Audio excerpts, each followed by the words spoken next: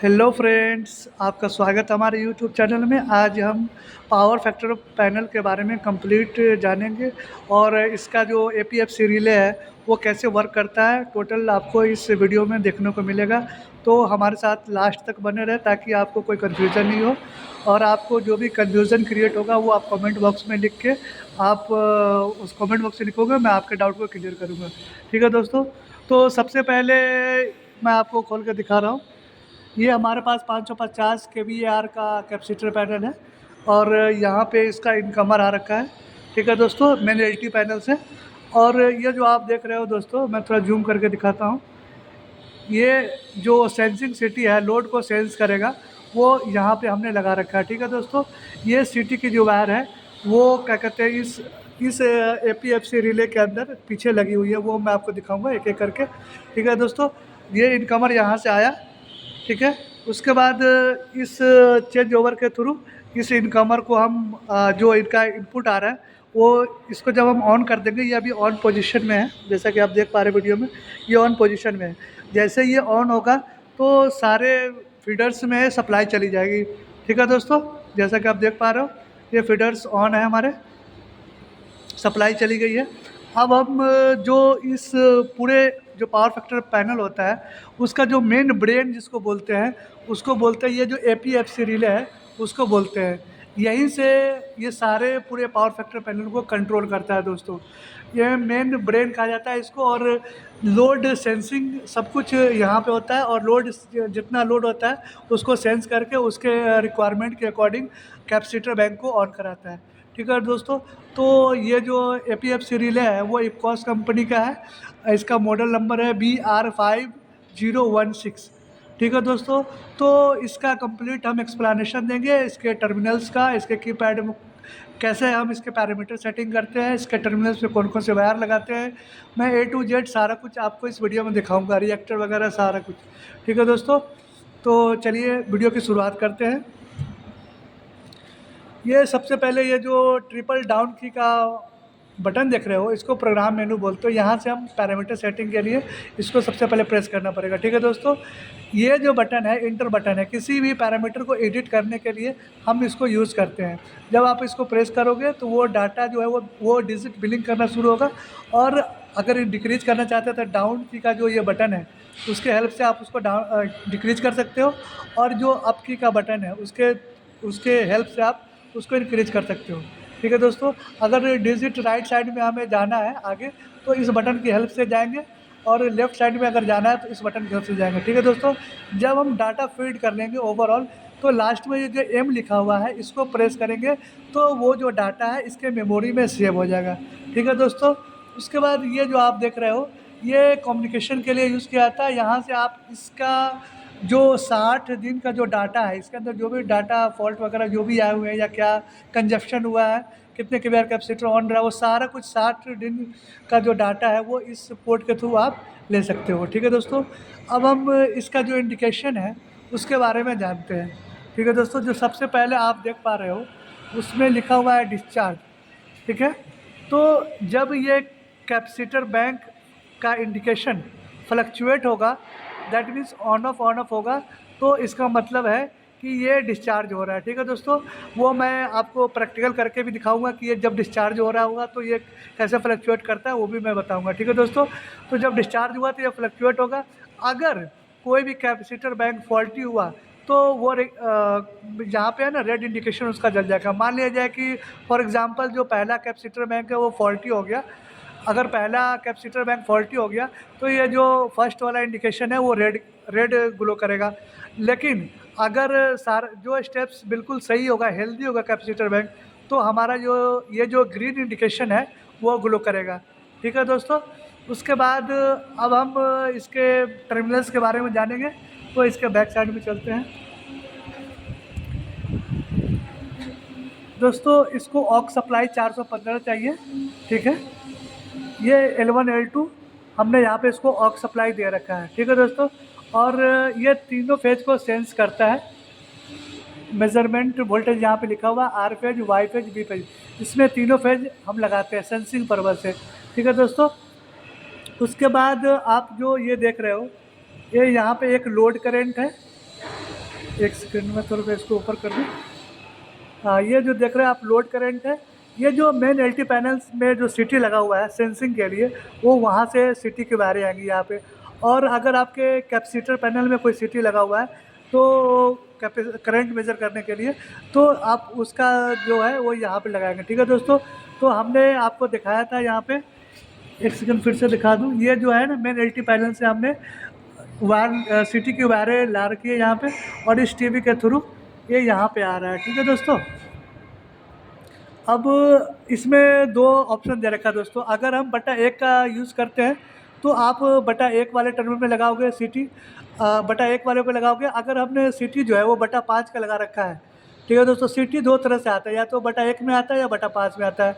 तो यहाँ पे हमने 2500/5 का लगा रखा है, तो हमने जो RS5 है उसमें हम टर्मिनल्स में कनेक्ट करेंगे। ठीक है दोस्तों, ये RS YS और जो BS है उसमें जो सिटी का सेकेंडरी वायर वो कनेक्ट करेंगे, और जो प्राइमरी वायर जो S1 वायर है वो RS5 YS5 और BS5 में कनेक्ट करेंगे। ठीक है दोस्तों, अब हम ये वर्क कैसे करता है रिले, ये देखो यहाँ से है ना एक कॉमन सप्लाई दे दिया। ठीक है दोस्तों, और इसमें टोटल 16 रिले लगे हुए हैं। तो लोड सेंसिंग के अकॉर्डिंग वो इस कैपेसिटर बैंक को ऑन कराता है। यहाँ से इसको कॉमन सप्लाई हमेशा मिलता है, जैसे वो लोड सेंस करता है तो एक एक रिले को वो ऑन कराता है। ठीक है दोस्तों, ये मेन कॉमन है उसका।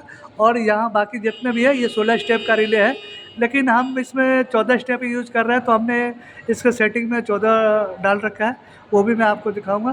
तो चलिए अब इसके पैरामीटर सेटिंग के बारे में जानते हैं दोस्तों। अब हम इसके मेन डिस्प्ले पे आ गए। अब सबसे पहले हम क्या करेंगे दोस्तों कि ये जो आप प्रोग्राम मेनू है उसके बटन को एक बार पहले मैं आपको ये डिस्चार्ज करके दिखाता हूँ कि कैसे फ्लक्चुएट डिस्चार्ज, जब ये डिस्चार्ज होता है तो कैसे ये इंडिकेशन ग्लो करता है। ठीक है दोस्तों, उसके लिए हमने इसका ऑक्स सप्लाई जो यहाँ से दे रखा है उसको हम यहाँ से बंद कर देंगे। ठीक है दोस्तों, अब हम इसको ऑन करने जा रहे हैं। ठीक है, अब जैसे हमने ऑन कर दिया, ये देखो दोस्तों ये डिस्चार्ज का शो कर रहा है, और जो फ्लक्चुएट हो रहा है डैट मीन्स अभी हमारे कैपेसिटर में डिस्चार्ज हो रहा है। आप डिस्प्ले पे भी देख सकते हो दोस्तों, यहाँ पे डी लिखा हुआ है, that means D for discharge. अभी हमारा डिस्चार्ज हो रखा है।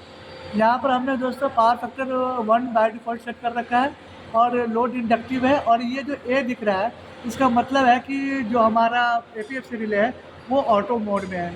ठीक है दोस्तों, अब हम इसके पैरामीटर सेटिंग के बारे में जानेंगे। ठीक है, तो सबसे पहले ये जो प्रोग्राम मेनू है इसके बटन को हम प्रेस करेंगे। अभी जब तक ये डिस्चार्ज वाला बिल्कुल स्टेबल नहीं हो जाएगा तब तक आप प्रोग्राम मेनू में एंटर नहीं कर सकते। ठीक है दोस्तों, तो हम इसके दोस्तों अब ये हमारा जो कैपेसिटर बैंक है वो डिस्चार्ज हो चुका है, अब ये बिल्कुल स्टेबल हो गया। अब हम पैरामीटर सेटिंग के लिए ये जो बटन है प्रोग्राम का इसको प्रेस करेंगे। ठीक है, अब आगे एडिट पैरामीटर। एडिट पैरामीटर के बाद आप जो इंटर बटन है उसको आप प्रेस करोगे। ठीक है, तो इसमें ज़्यादा चेंजेस करने की ज़रूरत नहीं होती है हमें, ये बाय डिफ़ॉल्ट सब कुछ सेट होता है। ठीक है, अब इसमें पासवर्ड वगैरह चेंज करने के लिए होता है तो वो उतना ज़रूरी नहीं है, जिसको चेंज करना हो जा कर सकता है। तो दोस्तों जो मेन सेटिंग है वो आपको हम बताने जा रहे हैं इसमें। अब डाउन की के बटन से अब आगे एडिट पैरामीटर सिस्टम, इसी में मेन सारा डाटा हम इसमें फीड करते हैं। इसके अंदर इस पैरामीटर के सब मेनू में जाने के लिए आपको ये इंटर बटन प्रेस करना पड़ेगा। इसमें आ गया मेजरिंग वोल्टेज, ये 415 है। ठीक है दोस्तों, ये PT रेशियो, इसमें हम कोई भी पोटेंशियल ट्रांसफार्मर यूज़ नहीं कर रहे हैं, इसलिए इसका रेशियो 1 है। अगर हम कोई PT यूज़ करते हैं, कोई पोटेंशियल ट्रांसफार्मर यूज़ करते हैं तो उसके हिसाब से कैलकुलेट करके यहाँ पे उसका रेशियो डालते हैं। लेकिन इसमें क्या है कि 415 वोल्ट इनपुट है और 415 वोल्ट आउटपुट है, इसलिए इसका PT रेशियो 1 हो गया। ठीक है दोस्तों, अब हम डाउन की हेल्प से नेक्स्ट पैरामीटर में जाएंगे। ये है करंट सिटी प्राइमरी। जो मेन इनकमर में हमने क्या लगा रखा है, 2500/5 का सिटी लगा रखा है लोड को सेंस करने के लिए।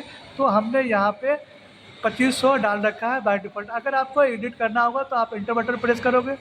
दोस्तों जैसे हमने इंटर बटन प्रेस किया है, ये डिजिट ब्लिंक कर रहा है। जब जो डिजिट ब्लिंक करेगा उसको आप एडिट कर सकते हो।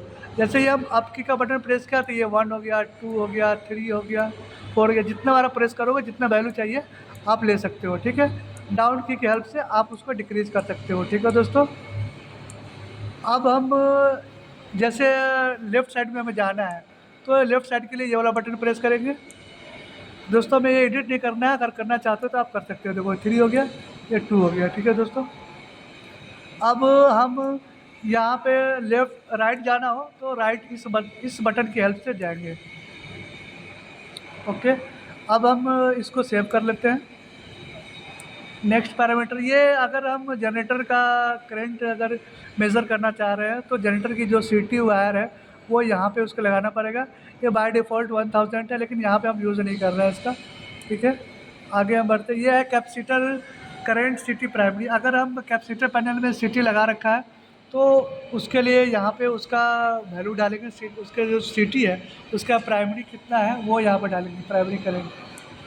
अब हम ये जो है ना पावर फैक्टर का अपर लिमिट कितना हम टारगेट पावर फैक्टर चाहिए हमें, तो हम जनरली इंडक्टिव पावर फैक्टर 1 रखते हैं और यहाँ पे इसका अपर लिमिट हमने सेट कर रखा है 0.990। ठीक है, आप इसको एडिट करके इसको चेंज भी कर सकते हो। जैसे हम डाउन करेंगे ये कैपेसिटी भी हो जाएगा, लेकिन हमें इंडक्टिव चाहिए तो फिर से हमने एंटर बटन प्रेस किया, अब इसको एडिट कर दिया, अब फिर से इसको सेव कर लिया। ठीक है दोस्तों, अब हम फिर नेक्स्ट पैरामीटर में जाएंगे। अब आ गया पावर फैक्टर लो लिमिट।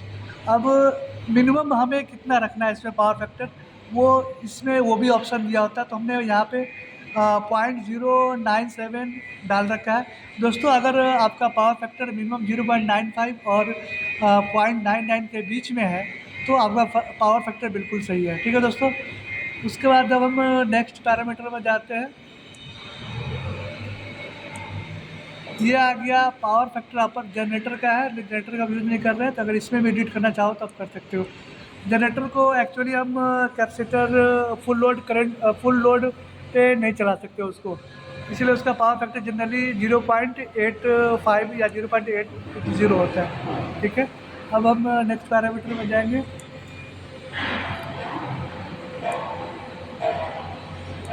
ये नेक्स्ट, इसमें चेंज करने की जरूरत नहीं है सब दोस्तों, ये बाय डिफ़ॉल्ट रहता है। ठीक है, अब हम इसको सेव करने के लिए ये जो बटन है उसको हम प्रेस करेंगे दोस्तों।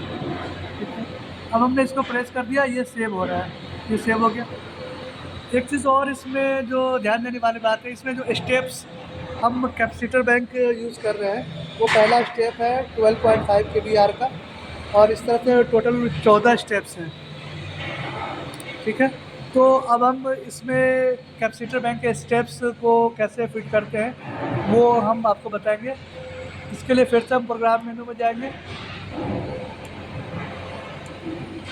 ये आ गया।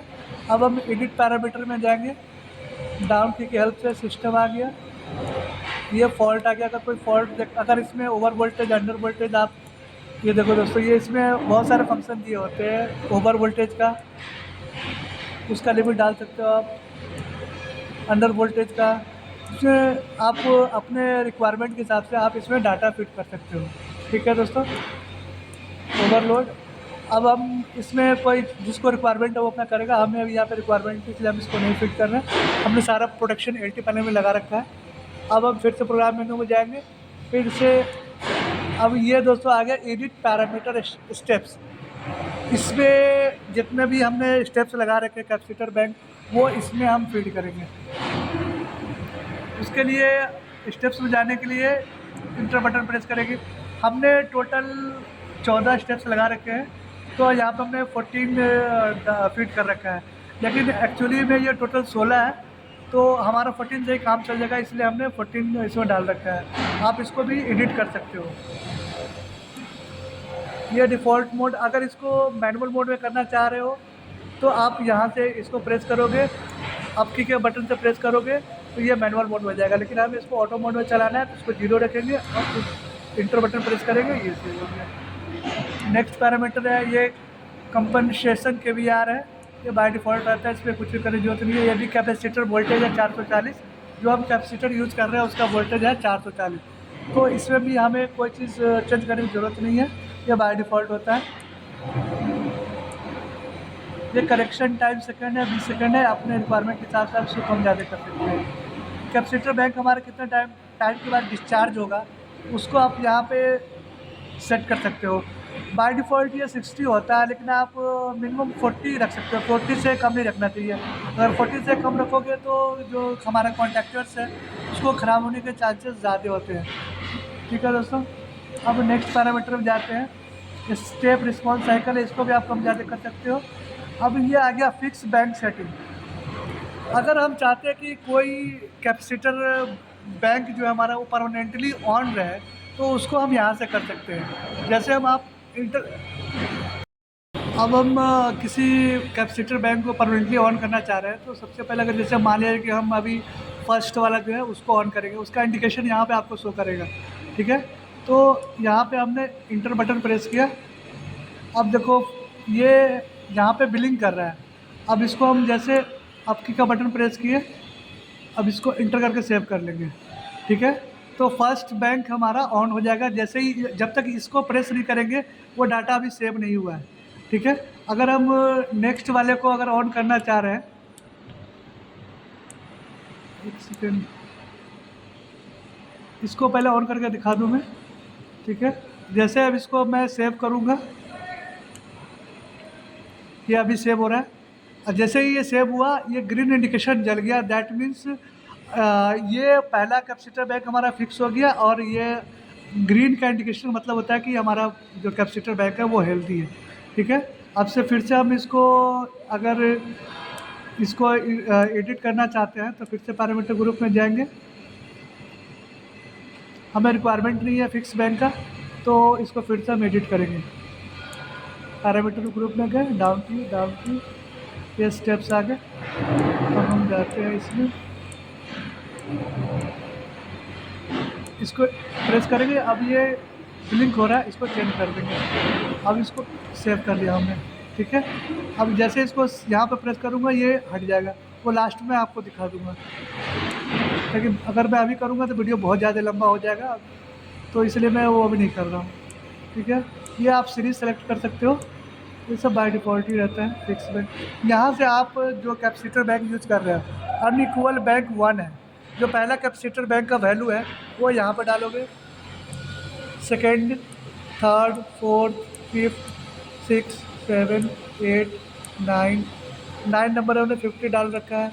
10 नंबर हमने 50 डाल रखा है। 11 में 50 डाल रखा है। 12 में भी 50 है। 13 में 25 है और 14 में 100 है।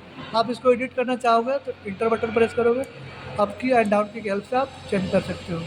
फिर से इसको इंटर बटन प्रेस करके सेव कर लो। ठीक है, अब हम इस डाटा को सेव कर लेंगे। अभी ये इंडिकेशन ग्लो हो रहा है, जैसे इसको सेव करूँगा वो हट जाएगा। ये अभी डिस्चार्जिंग का आ रहा है, जब ये डिस्चार्ज हो जाएगा तो ये इंडिकेशन हट जाएगा। अब यहाँ पे देख रहे हो ये डिस्चार्ज हो रहा है। अब ये देखो ये बिल्कुल डिस्चार्ज हो चुका है और हमारा कोई भी बैंक फिक्स नहीं है। फ्रेंड्स अभी यहाँ पे लोड नहीं है, इसलिए ऑटो मोड में ये अभी ऑन नहीं हो रहा है। ठीक है, अब मैं आपको रिएक्टर्स वगैरह दिखाता हूँ। ये हार्मोनिक फ़िल्टर रिएक्टर है। ये जहाँ पे हार्मोनिक्स ज़्यादा होते हैं उसको रिड्यूस करने के लिए हम इसको यूज़ करते हैं। ये जैसा देख पा रहे हैं, और ये इपकॉस कंपनी का है और कैपेसिटर भी इपकॉस का है। ठीक है, ठीक है फ्रेंड्स, थैंक्स फॉर वाचिंग। अगर कोई दोस्तों कमेंट हो और कोई भी डाउट हो तो आप कमेंट बॉक्स में लिख सकते हैं। थैंक्स फॉर वाचिंग दोस्तों। चैनल को प्लीज़ लाइक एंड सब्सक्राइब कर दें।